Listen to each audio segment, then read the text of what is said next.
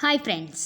ಪ್ರಧಾನಿ ನರೇಂದ್ರ ಮೋದಿಯವರು ಈಗಾಗಲೇ ಸಾಕಷ್ಟು ಯೋಜನೆಗಳನ್ನು ಬಡ ಹಾಗೂ ಮಧ್ಯಮ ವರ್ಗಗಳ ಜನರಿಗಾಗಿ ಜಾರಿಗೊಳಿಸಿದ್ದಾರೆ ಹಾಗೂ ಕೋಟ್ಯಾಂತರ ಮಂದಿ ಜನರು ಇದರ ಯೋಜನೆಯ ಲಾಭವನ್ನು ಕೂಡ ಪಡೆದುಕೊಂಡಿದ್ದಾರೆ. ಇನ್ನು ನಮ್ಮ ದೇಶದಲ್ಲಿ ಸಾಕಷ್ಟು ಜನರು ಇವತ್ತಿಗೂ ಕೂಡ ಮನೆ ಇಲ್ಲದೆ ವಾಸಿಸುತ್ತಿದ್ದಾರೆ. ಇನ್ನು ಕೆಲವರು ಬಾಡಿಗೆ ಮನೆಯಲ್ಲಿ ವಾಸ ಮಾಡ್ತಿದ್ದಾರೆ. ಇವತ್ತಿನ ದಿನಗಳಲ್ಲಿ ಮನೆಯನ್ನು ಕಟ್ಟಿಸಬೇಕು ಅಂದರೆ ಅದೆಷ್ಟು ಲಕ್ಷಾಂತರ ರೂಪಾಯಿಗಳನ್ನು ಖರ್ಚು ಮಾಡಬೇಕಂತ ಅಗತ್ಯವಿದೆ. ಆದರೆ ಇದನ್ನೆಲ್ಲ ಗಮನಿಸಿರುವಂತಹ ಪ್ರಧಾನಿ ನರೇಂದ್ರ ಮೋದಿ ಅವರು ಪ್ರಧಾನ ಮಂತ್ರಿ ಆವಾಸ್ ಯೋಜನೆ ಅಡಿಯಲ್ಲಿ ಇಂತಹ ಬಾಡಿಗೆ ಮನೆಯಲ್ಲಿ ವಾಸಿಸುತ್ತಿರುವಂಥ ಜನರ ಸ್ವಂತ ಮನೆಯನ್ನು ದೊರಕುವಂತಹ ಕನಸನ್ನು ನನಸು ಮಾಡುವುದಕ್ಕೆ ಹೊರಟಿದ್ದಾರೆ. ಹೌದು, ಪ್ರಧಾನ ಮಂತ್ರಿ ಆವಾಸ್ ಯೋಜನೆ ಅಡಿಯಲ್ಲಿ ಬಡವರಿಗೆ ಮನೆಯನ್ನು ಕಟ್ಟಿಕೊಡುವಂತಹ ಯೋಜನೆಯ ಸಬ್ಸಿಡಿ ಹಣವನ್ನು ಇನ್ನಷ್ಟು ಹೆಚ್ಚಿಸುವಂತಹ ಕೆಲಸವನ್ನು ಪ್ರಧಾನಮಂತ್ರಿಗಳು ಮಾಡುವಂತಹ ಯೋಜನೆಯನ್ನು ಹಾಕಿದ್ದಾರೆ. ಹೌದು, ಈಗ ಸ್ವಂತ ಮನೆಯನ್ನು ಕಟ್ಟಿಸಿಕೊಳ್ಳಬೇಕೆನ್ನುವಂತಹ ಆಸೆಯನ್ನು ಹೊಂದಿರುವ ಜನರಿಗೆ ಇದು ಗುಡ್ ನ್ಯೂಸ್ ಅಂತಲೇ ಹೇಳಬಹುದು.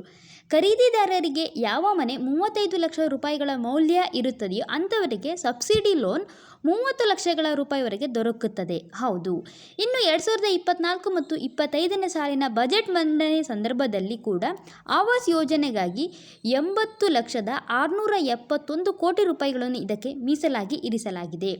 ಆರ್ಥಿಕ ಮಂತ್ರಿ ಆಗಿರುವಂತಹ ನಿರ್ಮಲಾ ಸೀತಾರಾಮನ್ ಅವರು ಈ ಒಂದು ವಿಚಾರದ ಬಗ್ಗೆ ಮಾತನಾಡುತ್ತಾ ಬಾಡಿಗೆ ಮನೆಯಲ್ಲಿ ಹಾಗೂ ಕಾಲೋನಿಗಳಲ್ಲಿ ಇರುವಂತಹ ಜನರಿಗೆ ತಮ್ಮ ಸ್ವಂತ ಮನೆಯನ್ನು ಕಟ್ಟಿಸಿಕೊಳ್ಳುವಂತಹ ಕನಸನ್ನು ನನಸು ಮಾಡಿಕೊಳ್ಳುವುದಕ್ಕಾಗಿ ಸರ್ಕಾರ ಈ ಒಂದು ಯೋಜನೆ ಮೂಲಕ ಸಹಾಯ ಮಾಡಲಾಗಿದೆ ಎಂದು ತಿಳಿಸಿದ್ದಾರೆ.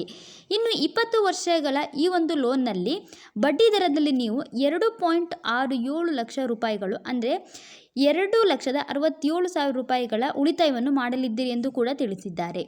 ಹಾಗೆ ಇದಕ್ಕಾಗಿ ನಿಮ್ಮ ಕುಟುಂಬದ ಯಾರ ಬಳಿ ಕೂಡ ನೀವು ಸ್ವಂತವಾದ ಮನೆ ಇರಬಾರದು ಅನ್ನೋದೇ ಪ್ರಮುಖವಾದ ಖಚಿತಪಡಿಸಿಕೊಳ್ಳಿ. 6ರಿಂದ 12 ಲಕ್ಷ ರೂಪಾಯಿಗಳ ನಡುವಿನ ಲೋನ್ ಮೇಲೆ ಸಬ್ಸಿಡಿ 3ರಿಂದ 6.5% ಇರುತ್ತದೆ. ಒಂದು ವೇಳೆ ನೀವು EWS ಕ್ಯಾಟಗರಿಯಿಂದ ಬರುವಂತಹ ಜನರಾಗಿದ್ದರೆ ಈ ಒಂದು ಸಂದರ್ಭದಲ್ಲಿ ನಿಮ್ಮ ವಾರ್ಷಿಕ ಆದಾಯ 3 ಲಕ್ಷಗಳಿಗಿಂತ ಕಡಿಮೆ ಇರಬೇಕು. ಲೋನ್ಗೆ ಅರ್ಜಿ ಸಲ್ಲಿಸುವುದಕ್ಕೆ ನಿಮಗೆ 18 ವರ್ಷ ವಯಸ್ಸಾಗಿರಬೇಕು ಹಾಗೂ ಲೋನ್ ಹಣದ ಮೇಲೆ 3ರಿಂದ 6 ಲಕ್ಷ ರೂಪಾಯಿಗಳ ಮೇಲೆ ಸಬ್ಸಿಡಿ ಸಿಗುತ್ತದೆ. ಆದರೆ ಈಗ ಇದನ್ನು 18 ಲಕ್ಷ ರೂಪಾಯಿಗಳವರೆಗೆ ವಿಸ್ತರಿಸುವಂತಹ ಯೋಜನೆ ಕೂಡ ನಡೆಯಲಾಗುತ್ತದೆ. ಸೊ ನೋಡಿದಲ್ಲ ಫ್ರೆಂಡ್ಸ್, ಇದರ ಬಗ್ಗೆ ನಿಮ್ಮ ಅನಿಸಿಕೆ ಅಭಿಪ್ರಾಯಗಳನ್ನು ಕಮೆಂಟ್ ಮೂಲಕ ಕಮೆಂಟ್ ಮಾಡಿ ತಿಳಿಸಿ. Finally thanks for watching friends.